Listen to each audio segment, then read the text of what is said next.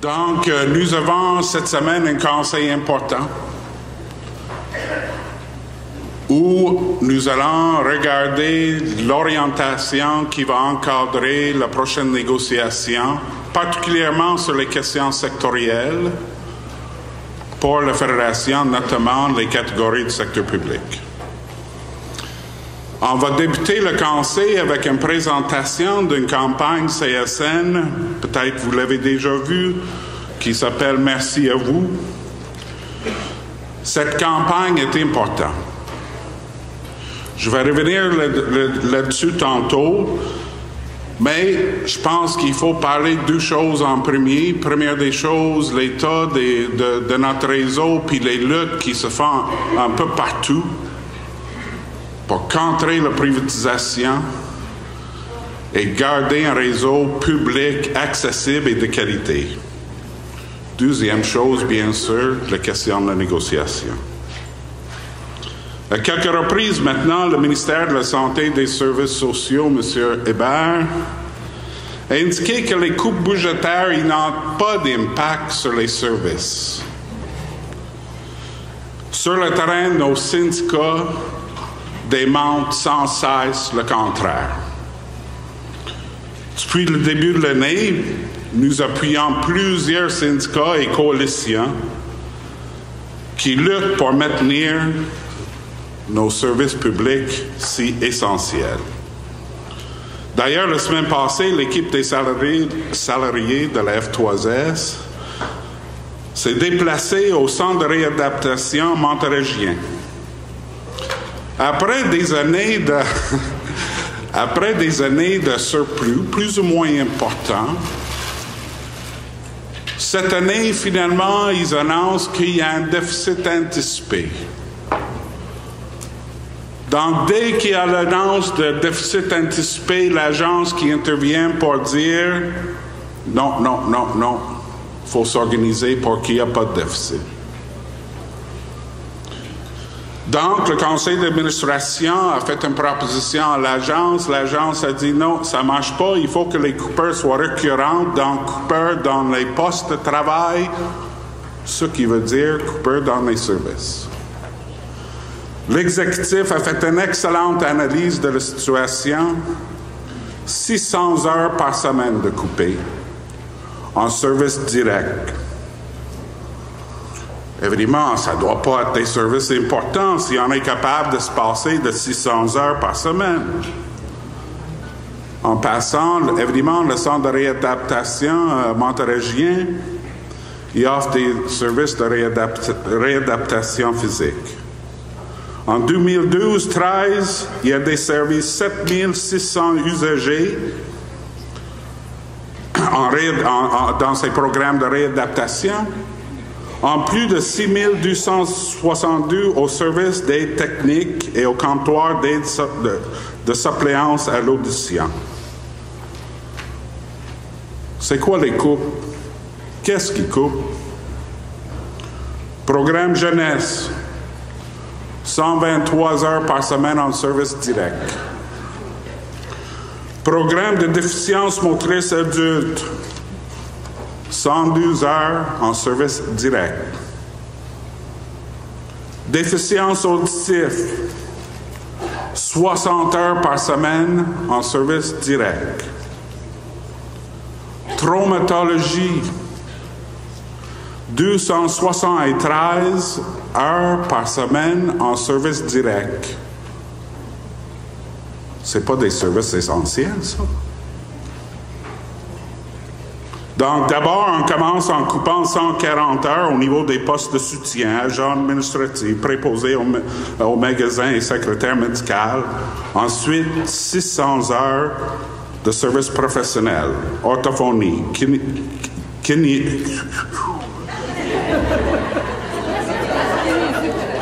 kinésiologie. Non. C'est bon, le gars, il parle français. Neuropsychologie, audiologie, éducation spécialisée, travail social, physiothérapie, ergothérapie. Tous des postes où on va couper. Mais oui, Monsieur le ministre, il n'y aura pas d'impact sur les services. Voyons donc.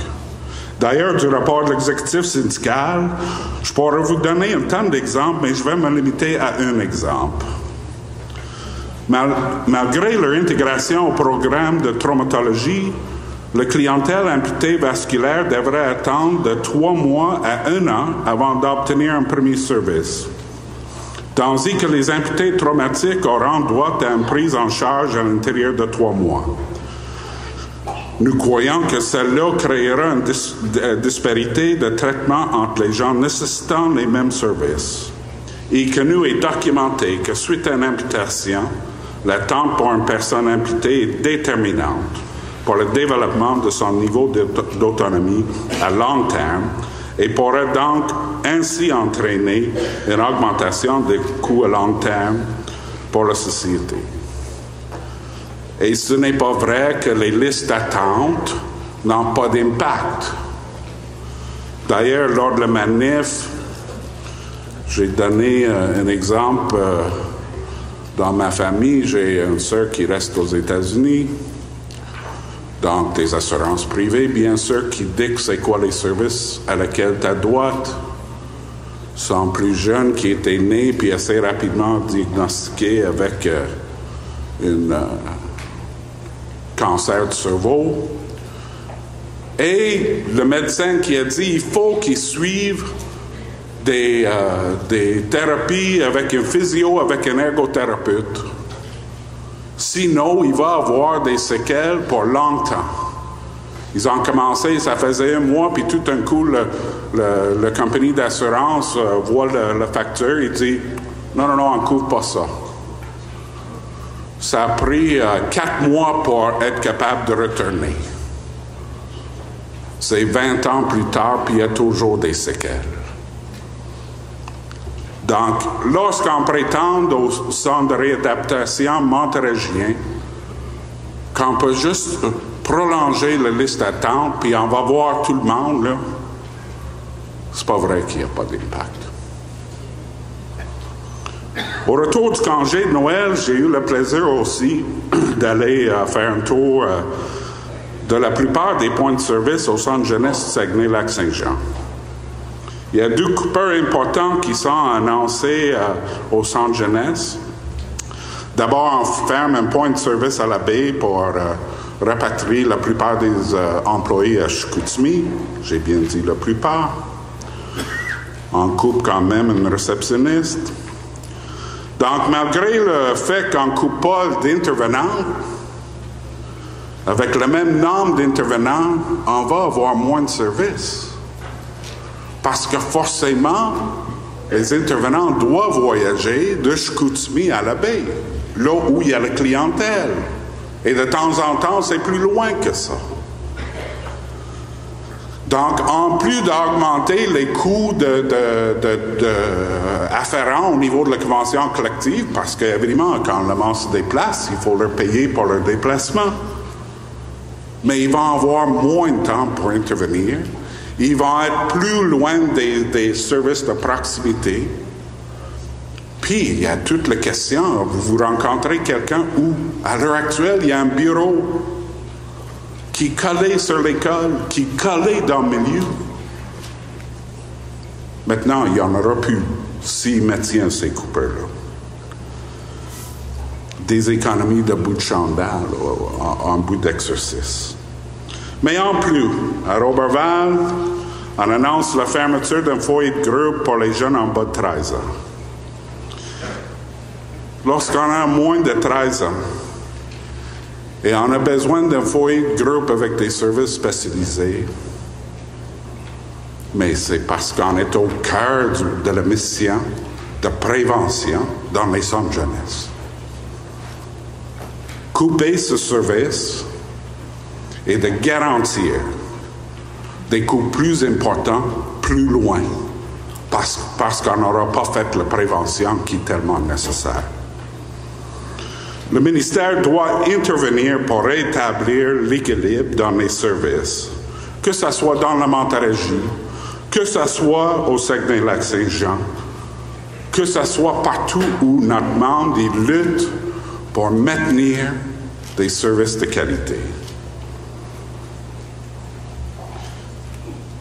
D'ailleurs, vous savez ce qui m'a impressionné dans toutes les rencontres que j'aurais pu avoir où le monde se bat pour maintenir les services?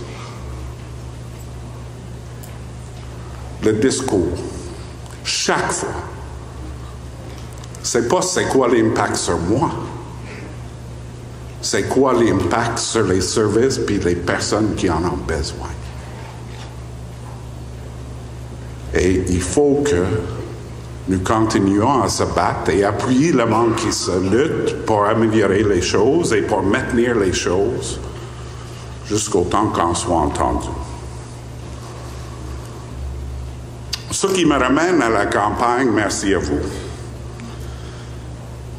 Mes camarades, nous avons une obligation de faire en sorte que cette campagne pénètre jusqu'aux membres à la base. Il faut qu'ils sachent que leur syndicat reconnaît le travail extraordinaire qui se fait jour après jour. Et ça dans tous les services. D'ailleurs, il a été intéressant de constater que même un certain nombre d'employeurs commencent à reconnaître que le citron est squeezé jusqu'au bout. J'ai eu l'opportunité d'échanger avec quelques employeurs depuis quelques mois, sans exception. Il nous fait comprendre qu'ils ont un mandat. Un mandat qui, à la limite, ne leur plaît pas, mais un mandat quand même. D'ailleurs, dans ce sens, c'était intéressant, il y a une dizaine de jours, le Caisse a fait une sortie pour dire « c'est assez ».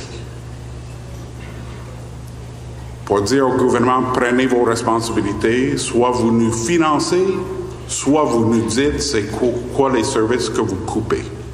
Il n'y a plus d'espace. » Puis quand la Caisse dit c'est assez, mais c'est parce qu'on est rendu trop loin. Donc, malgré notre priorité quant à la préparation de la prochaine négociation, nous devons aussi nous préoccuper de la qualité des services et se battre contre leur privatisation. De plus en plus, on se rend compte que la majorité des partenaires du réseau dénoncent les compressions. Nous devons travailler avec tous les partenaires pour maintenir les services publics et mettre un terme aux coupeurs perpétuels.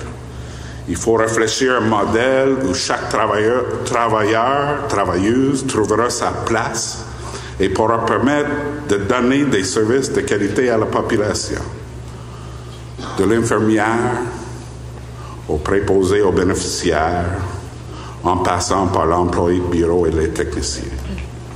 Il faut redonner le pouvoir à notre membre pour donner des services à la population, réduire la structure d'encadrement pour mettre les énergies à la bonne place. Parce que vous savez, c'est fatigant quand vous n'avez jamais ou rarement les outils nécessaires pour livrer les services que vous voudrez livrer. Dans ce sens, nous sommes en train de préparer un colloque sur la valorisation et la préservation des services publics. Nous avons déjà invité le ministère à participer. La question n'a jamais été aussi pertinente. Donc, pas longtemps après le congrès de la CSN, nous allons faire ce colloque-là. Avant de passer à la négo, puis avant que quelqu'un pose la question, 2 mots sur la question du maraudage. Il y a des pourparlers intensifs qui se font. Si pacte de maraudage il y en aura, normalement, ça devrait tomber au cours des prochains jours, peut-être la semaine prochaine. Là. C'est pas fait. Mais les pourparlers, selon ce que le CSN nous indique, vont en bon train. Il y a une exception. Pour l'instant, le FIC ne fait pas partie.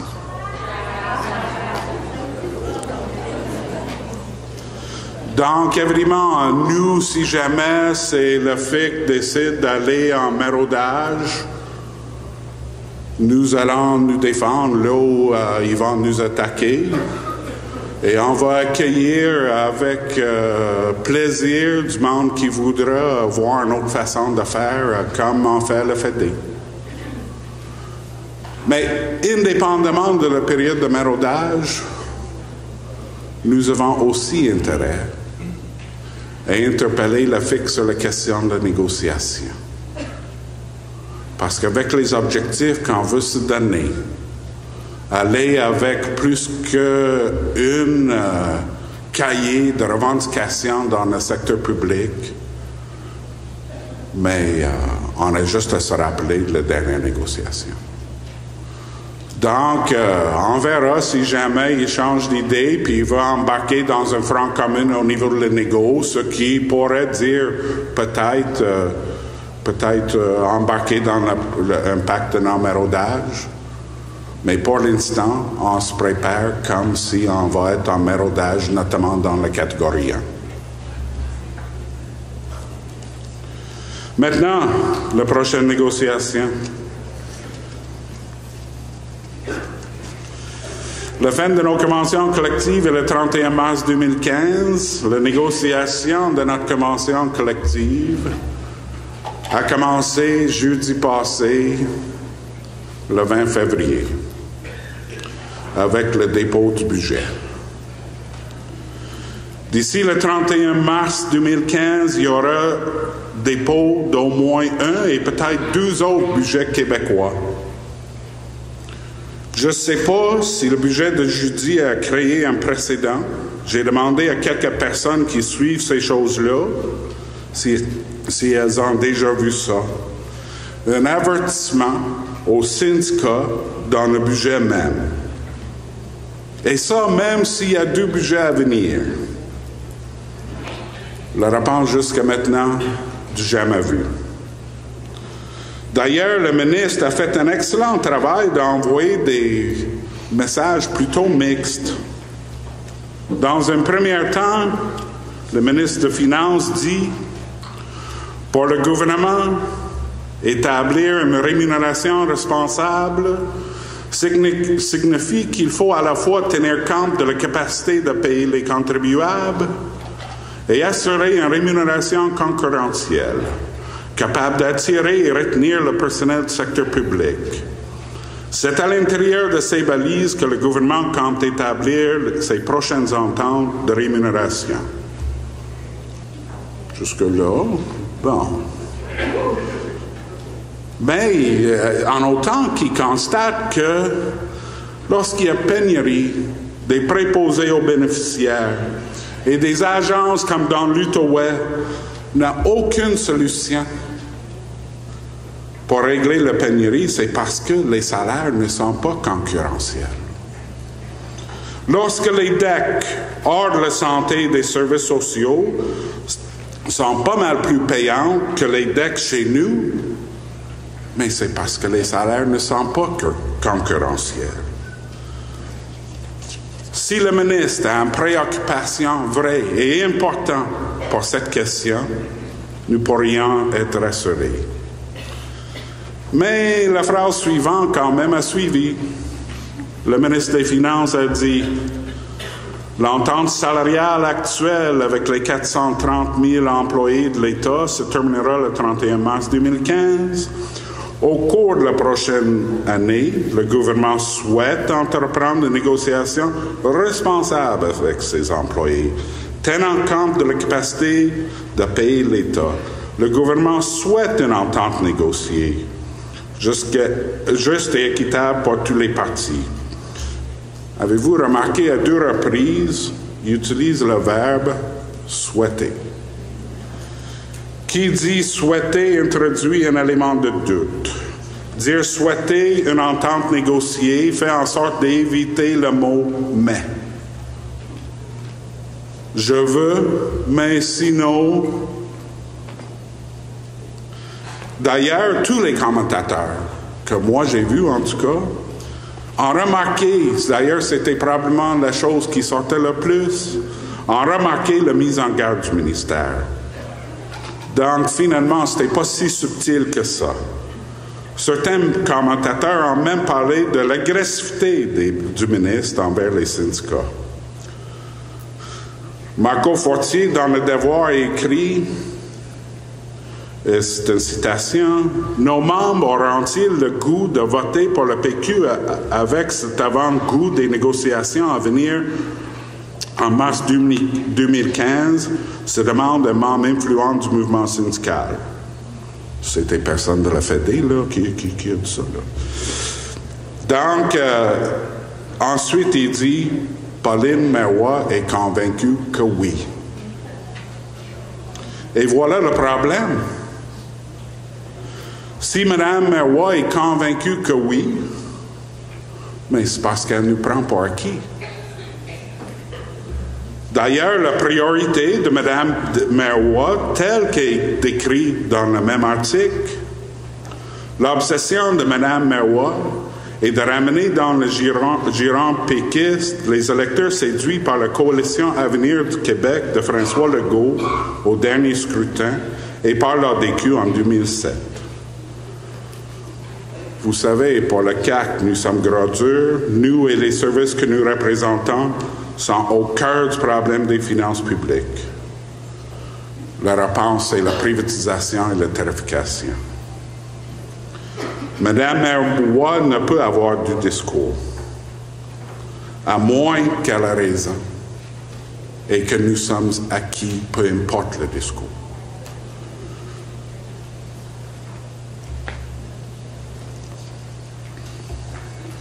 Et peu importe les tendances vers la privatisation des services et les indications que pour son gouvernement que nous sommes déjà trop payés. Pour qu'on cesse d'être pris pour acquis par nos élus, nous devons profiter des élections pour poursuivre la discussion avec nos membres sur les enjeux de la santé et des services sociaux. Ces enjeux sont d'une importance primordiale, mais le risque est bien présent quand on parle très peu lors de la prochaine campagne électorale. Donc, si nous ne soulevons pas la question, qui va la faire? Ça fait 1 an maintenant que nous disons que les prochaines négociations seront difficiles. Depuis jeudi, plusieurs personnes se sont réveillées, comme si tout a changé en quelques jours. Nous savions depuis belle lurette. Nous savions depuis, ça fait 1 an qu'on dit que le prochain round de négociation, ça va être difficile. D'ailleurs, si ce n'est pas la prochaine, c'est l'autre après, mais au moment, peu importe le contexte, où nous allons avoir des demandes importantes, ça va être une négociation très difficile.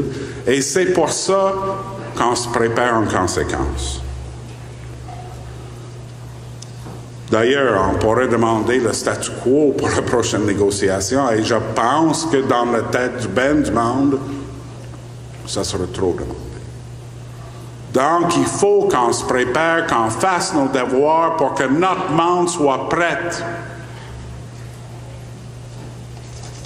Une bonne affaire que nous avons commencé notre échange avec nos membres depuis l'automne passé.